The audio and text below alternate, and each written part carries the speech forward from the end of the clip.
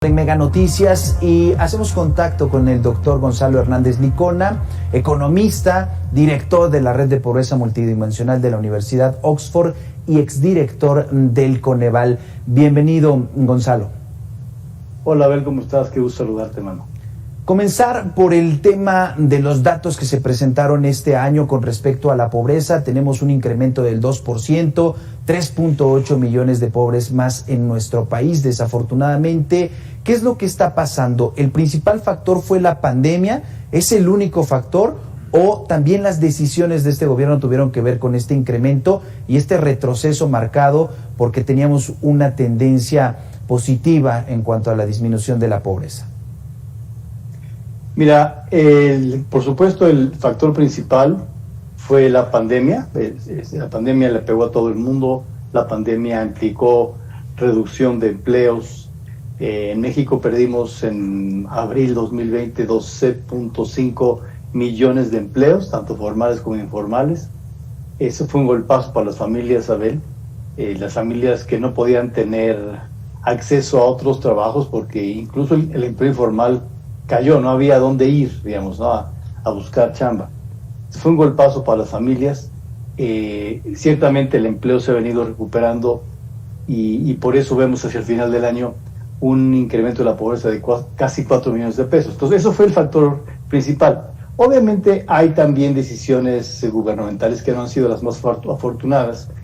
Incluso desde antes de la pandemia había, o sea, la confianza en la inversión privada, en la inversión en general cayó, y cuando ya no hay confianza o tanta confianza en la inversión, deja de fluir los empleos, deja de fluir el crecimiento, y eso atenta también contra el empleo. Se vio, hay que decirlo también, que antes de la pandemia los incrementos del salario mínimo sí tuvieron un apoyo importante para el mercado laboral. Pero cuando ves la foto en su conjunto, el conjunto de sucesos, pues nos han dejado un país con más pobreza, con más desigualdad y con menos generación de ingreso, ¿no? Claro.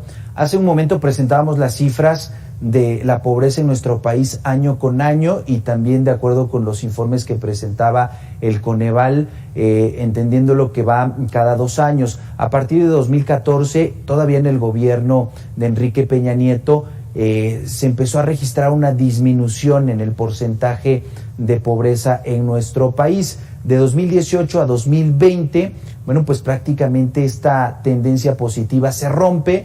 Y como bien destacas, uno de los factores principales fue la pandemia.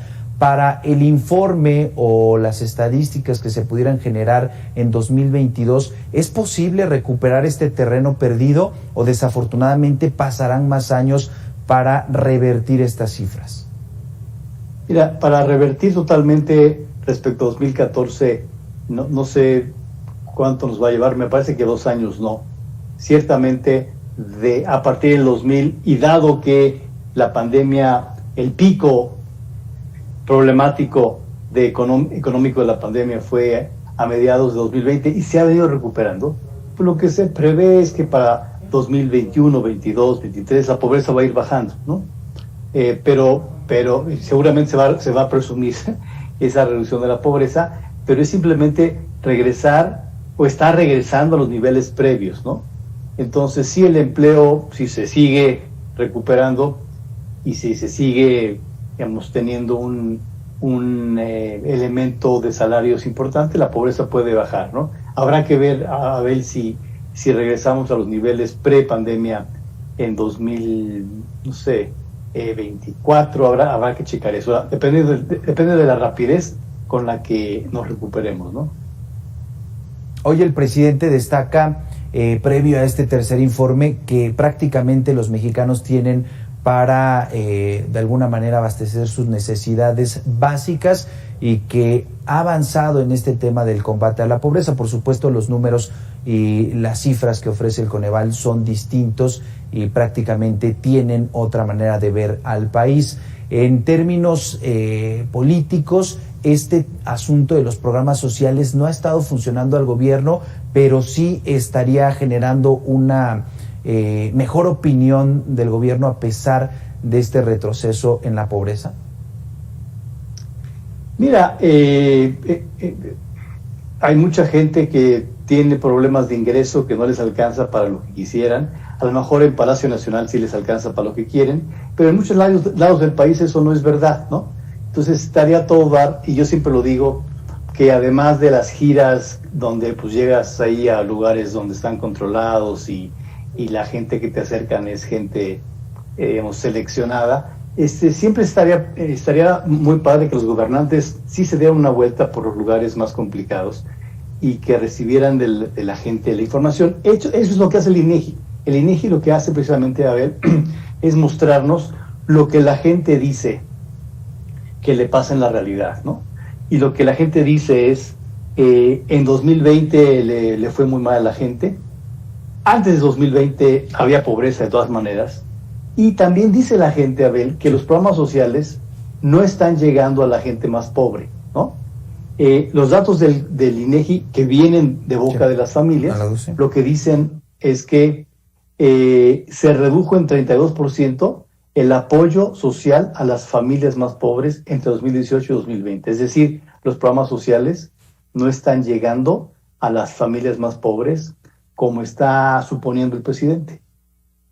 Las fórmulas prácticamente de varias administraciones, tanto del PRI, del PAN y en este caso de Morena, estarían equivocadas y la pobreza entonces se convertiría en un problema interminable para el país, ya como a manera de conclusión, Gonzalo. No interminable, porque hay formas de bajar la pobreza. Otros países lo han hecho. México lo hizo hace muchos años. Entonces, no está fácil, pero es cuestión de tener un fomento a la inversión, un fomento al empleo. El empleo es el elemento más importante que hace bajar la pobreza. Lo que le pasa al mercado laboral es el elemento más importante. En tanto hagamos eso, como lo ha hecho China, como lo ha hecho en su momento la India, podemos bajar la pobreza. No es un tema catastrófico, se puede hacer en tanto haya crecimiento y haya mejor política social, ¿no? Bueno, pues el reto que tiene el gobierno en este momento, que algunos anteriores no pudieron generar y que esperemos, como bien destacas, que se tomen las decisiones adecuadas. Gonzalo Hernández Licona, muchísimas gracias por estos minutos. Gracias, a ver, un abrazo.